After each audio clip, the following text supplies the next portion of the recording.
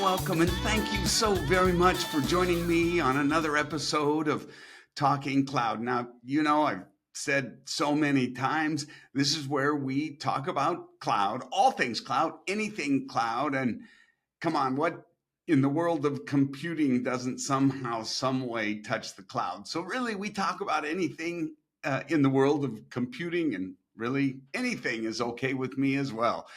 Now, I've said so many times, I've lived up to it every time. I'm the Gilligan in this equation. I seek out just really brilliant people. And let me tell you what, today, arguably, my guest needs no introduction for probably most of you. But I'm honored and excited to have a chance to talk with Dr. Dorit Dor. Welcome, Dorit. It's so wonderful to see you. I can't tell you how much I appreciate you cutting out some time for us. How you doing? Very good. Thank you. I'm really happy to speak to you and virtually through you to speak to some of our joint friends, so many joint friends. Yes, so many, so many.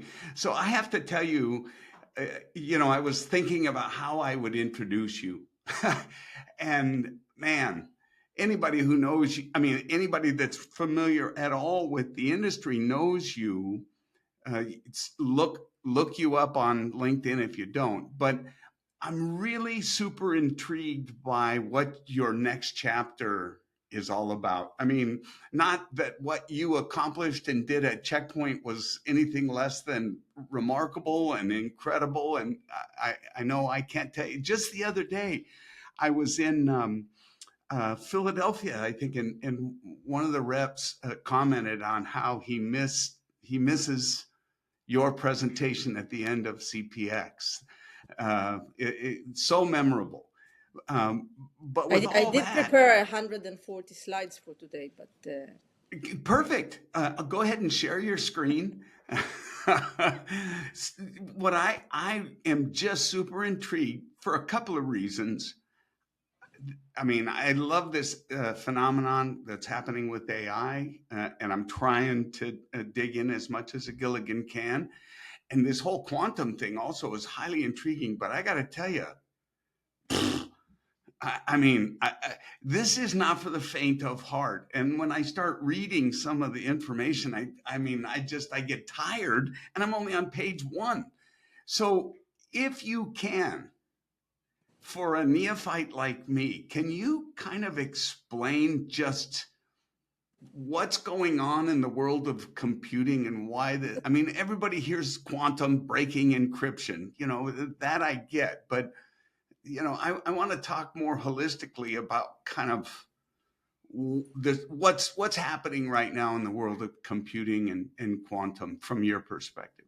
yes. So I want to start by the fact that I'm a computer geek. I studied computer in the universities. I did the PhD in complexity and algorithms. And what I actually am fascinated by is technology transformation.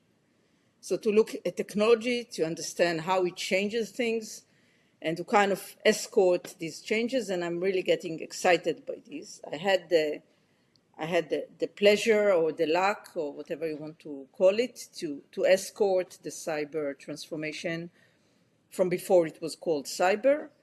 But there are many other things that are going on.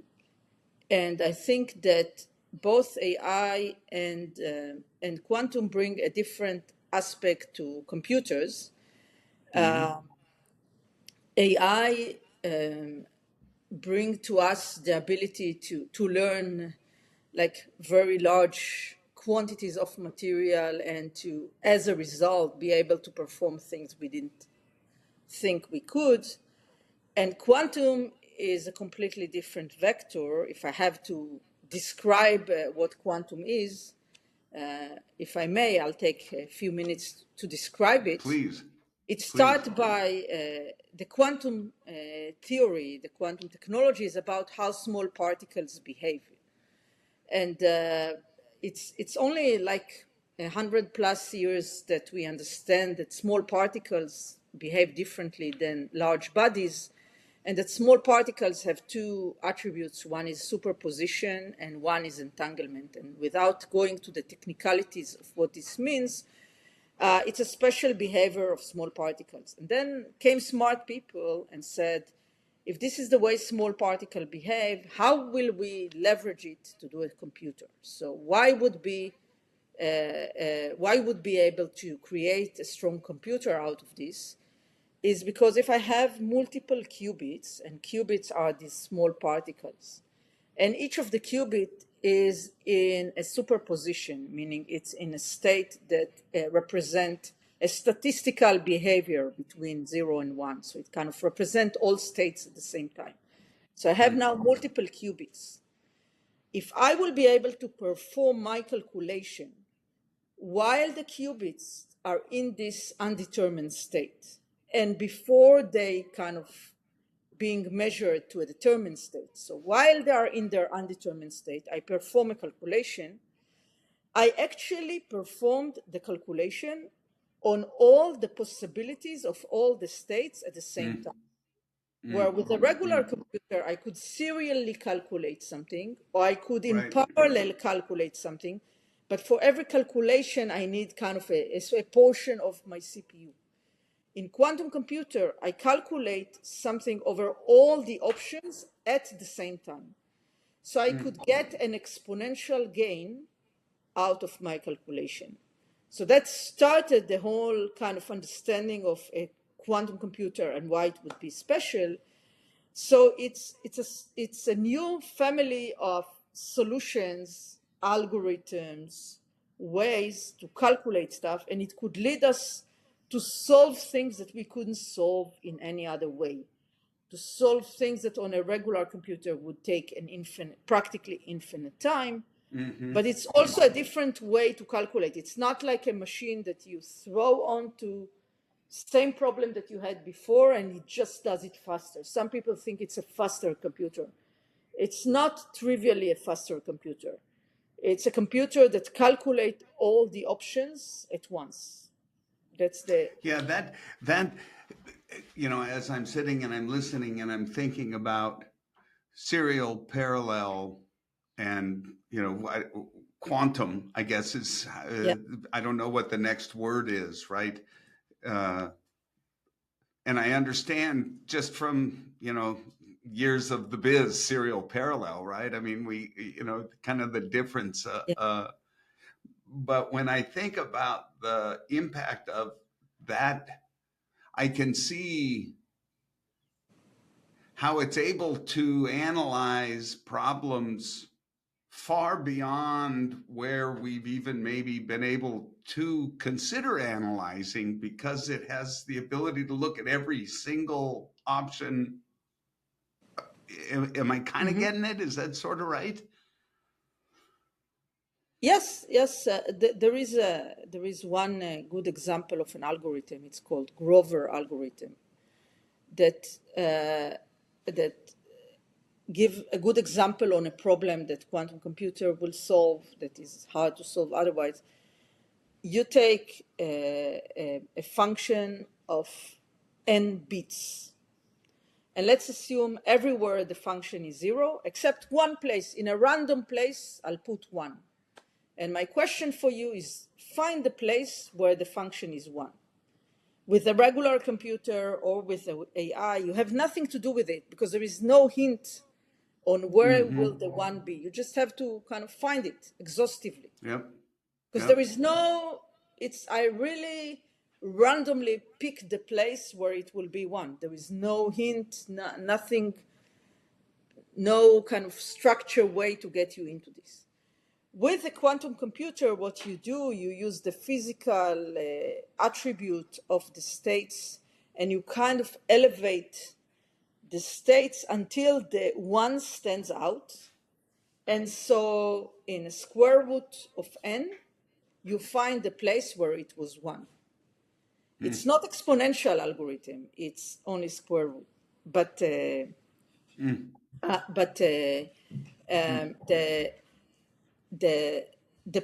problem here is kind of solved in a very creative way.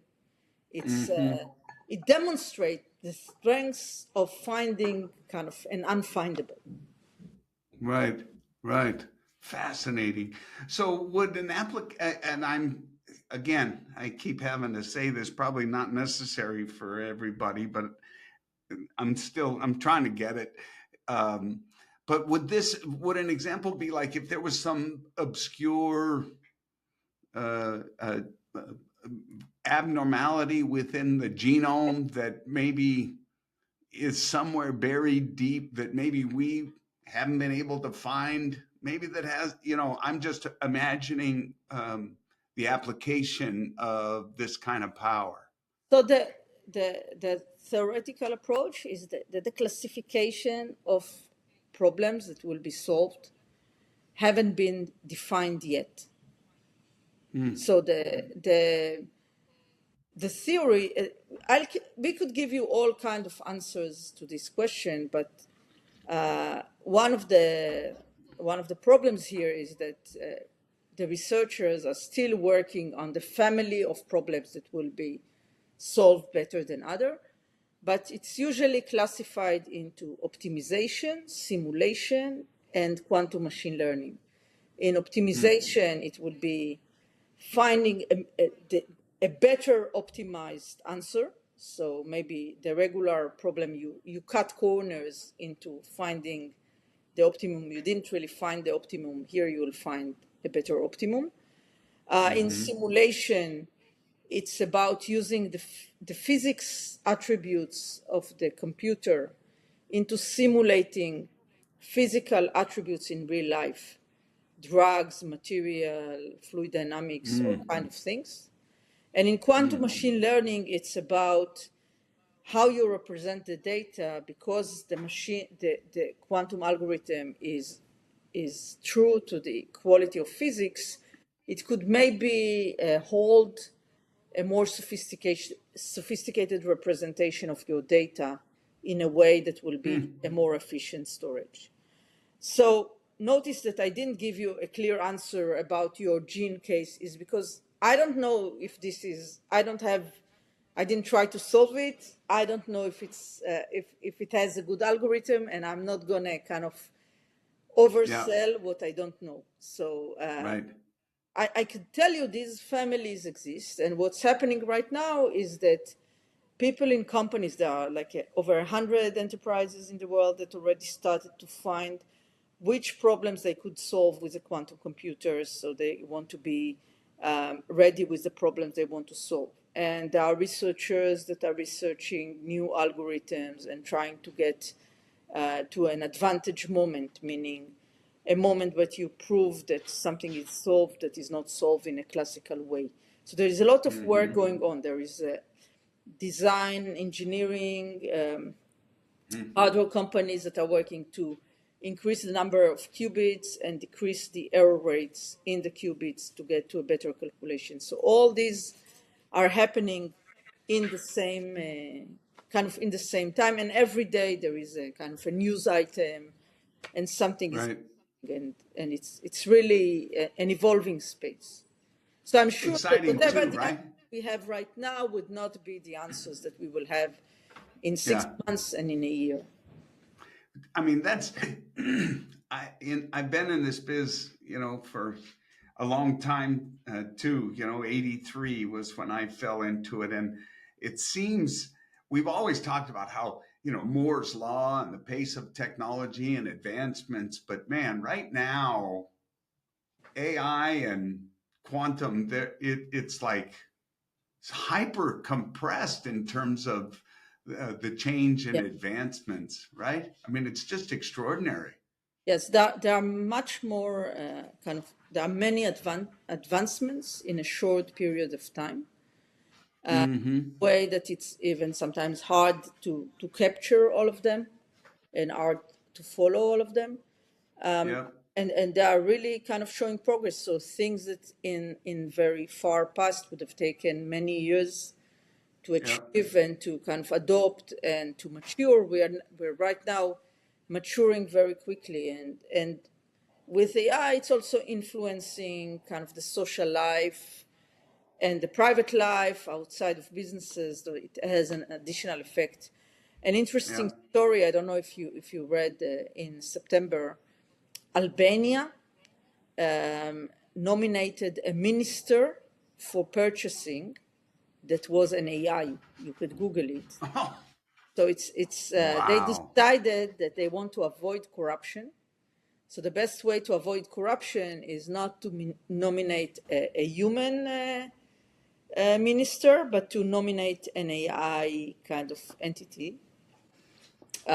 So it's really like a Black Mirror episode, if you know Black Mirror, but Uh-huh. it's so things are changing on many different scales. Some of them are compute related, and some of them are Yep. really kind of behavior and economy and other things.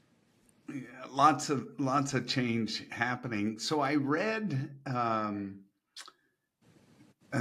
see if I can remember the statistics, and I'm just curious how these findings will maybe play into and be influenced by quantum. But I think it was 2.2 million new materials unknown to man have been discovered. Some 400,000 new compounds because of AI.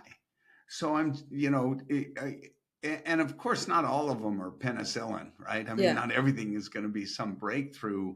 Um, but do you see the combination of those kinds of discoveries with quantum kind of, you know, turning into something really amazing? Do you think that, I mean, are we going to see like profound, do you anticipate just remarkable achievement, accomplishments, advancements as a I think that result what once we this are gets doing all figured out? I think that what we are doing with AI is remarkable and outstanding, and I think there are amazing findings. I think that with quantum there would be a similarly amazing findings. They would be different by nature. So Mm-hmm. with AI, you kind of find things that have a lot of data and have some kind of consistency in revealing them. Um, and and with quantum, you could probably kind of find also those that required more exhaustive search that are not solved kind of by learning and by data or by Mm-hmm. large parts of data. So it would be a bit different problems that would be solved by each. But part of it is that things like this and ending up creating new business models, a new form of works, and new jobs and new other stuff. So one thing is to say what problems will be solved, and the other thing is to understand what's the prediction of all the things that would happen. So I started like when I was in the university, then kind of there wasn't like real internet, and kind of Netscape was established somewhere already kind of way after my kind of initial study. And then at some point came the mobile, and growing next to the mobile, it wasn't clear to me what all the things that the mobile will change. But in effect, if you just take the mobile and understand that now there is a device that knows who I am, where I am, kind of have some of my intentions, my patterns Mm-hmm. of behavior, it creates a lot of new business models and new applications and new ways. So I do stuff completely different than what we would have done many years back. And these combinations are even harder to predict than the core problem of what I'll solve, because I'll find things to solve and then I'll combine them with some other needs, and we will get to something kind of crazier. Well, you know, I've watched a few lectures of Mo Godat Mm-hmm. from Google, right, talking about abundance and you know, some of the predictions of our society and how it will change. Um, and I'm not sure. For me, it's difficult to get my arm around this world where there's just ultimate abundance for everyone because of AI. I mean, where's the business? It seems like there's something missing, but um, you know, it is exciting and terrific to have an assistant that you can bounce just about any idea off of. You can, really machinate and get into something. And, as Mo refers to, you can borrow IQ points, so to speak, right? And now you just have this high degree of intelligence in a particular discipline or area. Um, how do you I'm curious your vision on the whole shift that seems to be occurring with agentic AI, and this notion of AI being I, proactive, and where are you at on that? I'll I'll say something. Recently, I started to use AI a bit differently. So one of the, now I'm not talking about AI for programmers or AI for. Let's say I want to research something with AI. I want to learn something. I want to develop a thesis with AI. And Yep. one of the problems is that I could start to write very heavy prompts to my AI and get to answers, but at some point the AI kind of diverges or finds some hallucination facts, and my whole thing gets kind of, to my sense, corrupted with things that I don't associate with, and then I abandon this research and I go do it in other ways because it's not useful anymore. So what I found is the strength of context. So now you could use AI and agentic AI and keep context. And the context could be explicit context. So I could hold markdown files with the context of the research. And I could work with the AI to augment the context all the time. And now kind of let's drill down to this exact point and we will drill down to it. I could ask the AI to refactor the context and to take out one subject because we are now going to investigate it. And now let's say it went to hell and I don't like the outcome of this part of the research. I could say, revert back to the previous version of this kind of subsection. It's like thinking structurally about thinking Yeah. with AI. Now I could build deep kind of deep intentions, and they would be more repeatable because I have the context with me. And you can maintain that I could context, maintain right? it, and I could build on top of this to the next level. Yeah, So I'm kind of visual, and I mean, I see it's almost like a silo that you go, the context is the diameter of the silo, and the depth of where you want to go, right? But you're still in the context. I That's fascinating. so now I could see myself implementing more parts because I could do them with context, and as if I manage the full context, I have more comfort with the situation and letting it do stuff because I have more Right. manageability to what I do. Instead of squirrel, right? Squirrel, and it goes off somewhere else, right? So I and I'm all I don't like driving, so if my car is autonomous, it's better for me. And I don't like managing meetings, so if somebody could manage the meetings for me, it would be good. And I know in some cases I'll forget a meeting or I'll not set it up right. So even if the AI will miss it once in a while, it's not that bad because I would have done lousier job on my own.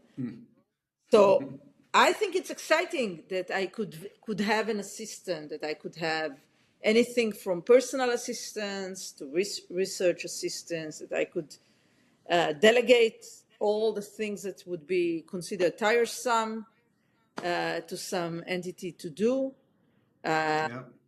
It gives me independence. Because if Yeah. before I wanted to do something, to research something, and then to implement something, I had to be dependent on other people helping me because I didn't have all the Yeah. set and everything. And now I could just, you know, go and do this. This is Yeah. so much It's remarkable. empowering that you could do Yeah, it is.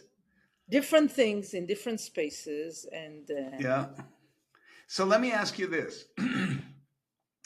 Mark Zuckerberg, first to the game with Metaverse, and that was a flop, right? yeah, Us walking around as little cartoons. And everybody else just, man, chat GPT and name all the rest. Boom, all about what we were just talking about, being more productive. Right? And now he's coming out with kind of this super human, right? And it seems like it's a different approach to super intelligence, I think is what he calls it, right? Where this, instead of an AI that I can go to as an assistant to task, he's going to have an AI that's you, that knows you better than you, that yeah, why I not? mean, I mean, where do you see those as too different, or do you see them kind of converging? I mean, I thought it was an interesting position that he had with, I'll, because it was different than all this other development of I tools to think make we you more have, productive. that's also true in cyber, by the way. We are scared of giving the keys of the kingdom to somebody. So Mm-hmm. it feels as if it's out of control if somebody will autonomously behave. So then I usually, when I do a presentation on technology transformation, I use a slide about the change in ordering food from home in US in the US. Mm-hmm. So there is a graph increasing slowly on order food from home, and then there is an event, and poof, everybody Yeah. order food from home. And it's easy to know because it was COVID, right? So Yeah. on the day of COVID, everybody just started ordering food from home. And if you had the technology, the preparation to service this market, you were there. And if you didn't, you were not there. So now let's go to kind of a scary part, cybersecurity and automation and autonomous. So people say, I Mm-hmm. won't give the AI the autonomous decision to take decisions. But then let's say there is an attack at a scale that is larger than your SOC, something that you can't just easily address, or some other event that causes loss of accessibility, some event like a sickness, something that you say to yourself, I cannot like manually protect this now. So what do you do at Yeah. that day? You activate all the autonomous controls that you have. Because you say to yourself, what do I have to lose? It's better if everything would be autonomous today, because like if I do it manually, I'm not getting anywhere, right? So Yeah. you activate everything autonomously, and guess what's happened tomorrow? Do you shut it all down? Or do you say, wow, it really works magnificently? Yeah. Yeah. I'll shut down some of the things that didn't behave you well, but all the rest I'm just gonna use. Yeah. Yeah. And what I'm thinking about too is it's very likely, if you are not implementing those autonomous responses, that's why the bad guys are kicking the shit out of you, Yeah. because they're all autonomous, right? This is the you're gonna get so far behind by trying to manually respond. You're gonna get your ass kicked. No, but even if you didn't, you were planning to do only automation and not to give the keys, not to kind of, not to allow it to do autonomous actions. And it's Yep. someday you have to, for some reason, Yeah. it's better to give it than not to give it. And a Yeah. few No, days I get later, you that wake totally. up and you say, hey, this was great. Why should I move back? Yep. Yep. And the example I would give on that one is, before COVID, my wife would never order food, Yeah. Uber Eats, whatever. Now it's very common because she doesn't cook, and so I'm out of town, and I'll see the bill come up. Yeah, It's a new behavior, it's a right? new behavior. It's a new behavior that gets implemented. So at first we're scared of something, but then Yep, after a while, it's a new behavior. I'm only saying this because the same thing would happen with agent and agentic and autonomous other things. So the example yep, we gave yep. now was on cyber, but it wasn't because cyber is the easier problem. Cyber is a difficult problem, and yet we will turn it autonomous. So I think generations that kind of newer generations,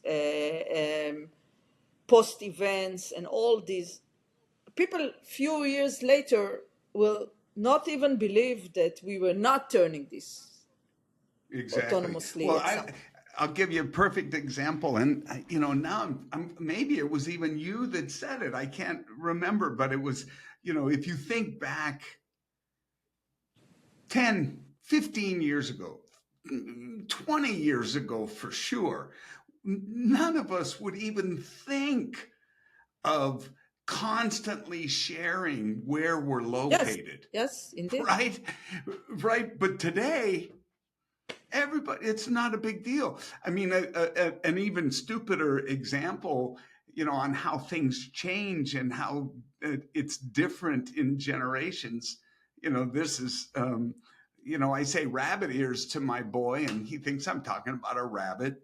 And the rabbit's ears, where I grew up, where you needed them in order to get a signal, Yeah, to have, so a poor signal is something that is foreign, right? yeah, They're internet natives. They're not immigrants. So they've never not known yeah, having a device connected all the time. Completely different behavior. That's why my younger kids don't call. They text first, yes. right? I mean, it's a completely changed behavior where I'll text now more often, but my behavior's changed somewhat. But I'm much more of a pick up the phone and call them. So at some point, these agents and AI things would be embedded into much more stuff, and we would not think about it as an AI thing. We would think about this as this is the interface. This is how we speak with Yep. this. This is how we expect it to interpret. Now there would be a dumb machine that doesn't interpret what I want. I'd be upset with it. I Exactly. won't think about how beautifully like the AI behave. I would think how upset I am from this dumb device that doesn't Yeah. understand what I want. Like you Yeah. predicted that this is what I need now. Why aren't you doing this for me? Right. It's Right. the other It's way the around. natural next step. Yeah, we're not going to keep going back. That makes all the sense. Uh, and it's sure exciting. I was mentioning earlier, the only time I'm reminded how old I am is when I look in a mirror. But man, I just do love this business, and because I feel like I'm in at the beginning of something all the time, and it's so fascinating. And where you're going. So now, just real quick, venture. Uh, Tell me about the firm that you founded and what you guys are up to. You're Okay. seeking out innovative, cool new quantum Yeah. companies to So invest in. so our assumption is that quantum advantage is coming. In 2 3 years, we would start to see applications that solve problems that are not solved otherwise. And so it will be too late to wake up then and want to do something about it. So we want to escort this transformation from now. We also assume that if you are investing some money, like large part of your money you put in different things, but if you want some portion attached to this quantum future, you would want a portfolio of things because it's not one winner takes it all. It's not just this computer Yep. or this application. It's a collection of many things. So we decided to establish a fund that will enable investors to have a portfolio of investment in quantum that operate under the assumption that the quantum advantage is coming. And we're going to do a first closing of our fund this year. And in general, we're going to raise $32 to $50 million. It's going to be a fund that invests only in quantum or quantum-related things. And we already made 4 investments in 3 companies because we needed to kind of prove some track record and understanding. So we already invested ahead of closing the fund in different vehicles. And every day that passes, I meet brilliant startups that are thinking of all kinds of ideas on what to do next in the space and how to kind of ride and help accelerate the transformation. And then I have to kind of help decide what we are going to invest in. So the day is split between finding investors, finding kind of startups to invest in, and kind of, let's say, strategic relationship with people that do quantum in the enterprises or people that build up quantum things. And it's just more of a collaboration or ecosystem thing. I'm also part of the ecosystem of quantum in Israel, which is an exciting thing.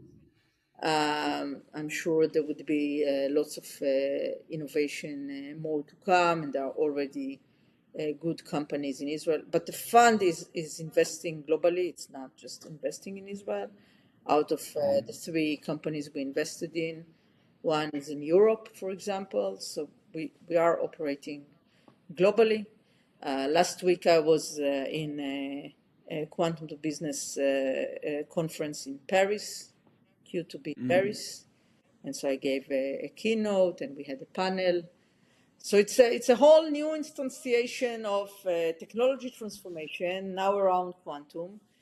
I think that the investment side is giving me an opportunity to see the wide industry. So in thinking what I want to do or how I want to approach it, I could go back to kind of academical studies, deep dive into specific topics, but one of my, I think, strengths and advantages is seeing kind of a whole system-wide view of what's going on. So I think that being in the position of a fund gives me access to understanding the whole ecosystem and kind of the advancements that are going on. So it's really exciting. There is small part. Pioneer once again out leading the charge on an incredibly exciting new industry. Yeah, and some of it has to do with cyber, like there are like the cyber kind of related solution, quantum key distribution or post-quantum cryptography and stuff like this. So I'm also kind of dealing with this, even though I must say I came to the quantum space for finding new resolutions to kind of new inventions unrelated to cyber, but I'm also having some things in the intersection between cyber and quantum that are still interesting. I'm curious. I mean, this is expensive stuff. I mean, to have a quantum computer. So, is it your expectation that it will be more of the superscalar hyperscalers that then subsequently lease or provide the technology, the compute, or what do you foresee in terms of the model? So, Similar to how you have these, primary cloud providers. so I Do you think see it going the same way? we should spend like 3 minutes explaining where we are, because I think people don't understand where we are today. So where we are today is it's no longer a question if there will be quantum computers. There are quantum computers. Right. And they are being used by companies. The main problems of the quantum computers that exist today is that they are too small to solve like the bigger problems, and we need more qubits to solve bigger problems all the time. So first, there are computers, and we could already see the behavior. A quantum computer could cost a few tens of millions of dollars. It's expensive right now. First, cost may be reduced in the future, but second, quantum computers are already accessible from the cloud today, and you could acquire hours of quantum computing already today. And I think that the difference between who will buy a computer and who will use quantum computer through the cloud will be based on the type of applications, how security concerned you are, how much capacity you're going to use. So one reason to have your own is because of scarce capacity, and you don't want to get stuck when you really need it without a computer. But if you are like a researcher and you kind of use it occasionally, then you'd probably use it through the cloud per usage hours. So I think you could ask the same on many other applications that organizations use day in and day out. And some they decide to use over the cloud, and some they decide to use on-prem, and some of the argumentation is security and data security, sovereignty, and stuff like this. And I don't want Yeah. the cloud guys to know what problems I'm researching. But some of Right. it, it's much easier to consume through the cloud, so I just use it as a service, and I'll consume it where, Yeah. and I'll pay. And that makes sense. I could see I think of it like similar to a Cray, years ago. And, some people would buy them, others would lease The the hardware. use of them, right? And so I could see a big drug maker, maybe it's worth it for them to have it, right? Mhm. Versus Yeah, someone that's just needing to do the occasional research. But and I think that also it should be said that the amount it's not as capital intensive as AI. So when training LLMs specifically, there are flowing numbers on how much data production and GPU costs, etc. It requires to do a full LLM model.